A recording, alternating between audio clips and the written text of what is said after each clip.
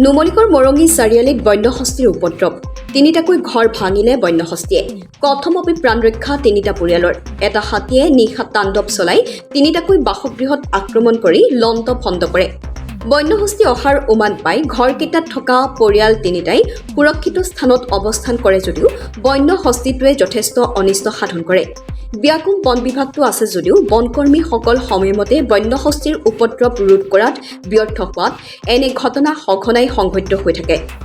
নুমলীগড়ৰ পৰা Ashikul Ali reporter live Assam ৰাতি প্ৰায় 2টামান বজাত মই শুই আছিলোঁ মাও শুই আছিলে মায়ে মইহে আমাৰ ঘৰত তাৰপিছতে এই ৱালখন মানে ফাৰ্ষ্ট এখন ভাঙিছে কিহবাই দেই তাৰপিছতে মই আকৌ মানে হাতী বুলি ভবা নাই আৰু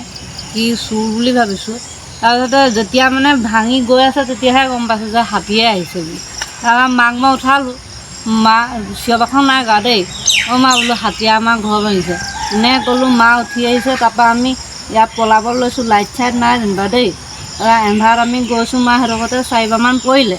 পোৱাৰ পিছত মই মাক যেনে তেনে উঠাই মানে চুচৰাই বগাই নি পেলাই খুৰাহঁতৰ ঘৰ পোৱালোগৈ তাৰপৰা মানুহ অহালে মানে আমাৰ এই 3খন ৱাল ভাঙি থৈ গ'ল বন বিভাগ আহিছিলে নেকি বন বিভাগ আহিছিলে ৰাতিপুৱা 3:30মান বজাত ঘটনা হৈছে 2টামান বজাত কোন ঠাইটো একদম মৰঙী চাৰিআলি পানীগাঁও গাঁও কেইজনী হাতী আছিলে এজন আছিলে বহুত ডাঙৰ দঁতাল সম্ভৱ কিমান ক্ষতি কৰিলে আমাৰ 3খন ৱাল ভাঙিলে বিচনা এখন ভাঙিলে আৰু অনিষ্ট কৰিছে নেকি হাতীটোৱে বেলেগত কৰিছে আমাৰ এডোখৰতে এঘৰ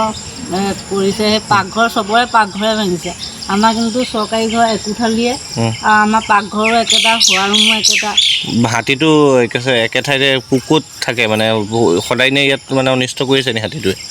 সদায় অনিষ্ট কৰিছে আমাৰ সেই পাছফালে থাকে কিন্তু ঘৰলৈ নাহে ইমান কিন্তু থাকে আমাৰ প্ৰায় এই আগফালে হাবি এখন আছে তাতে এনি টাইম থাকেই হাতীটো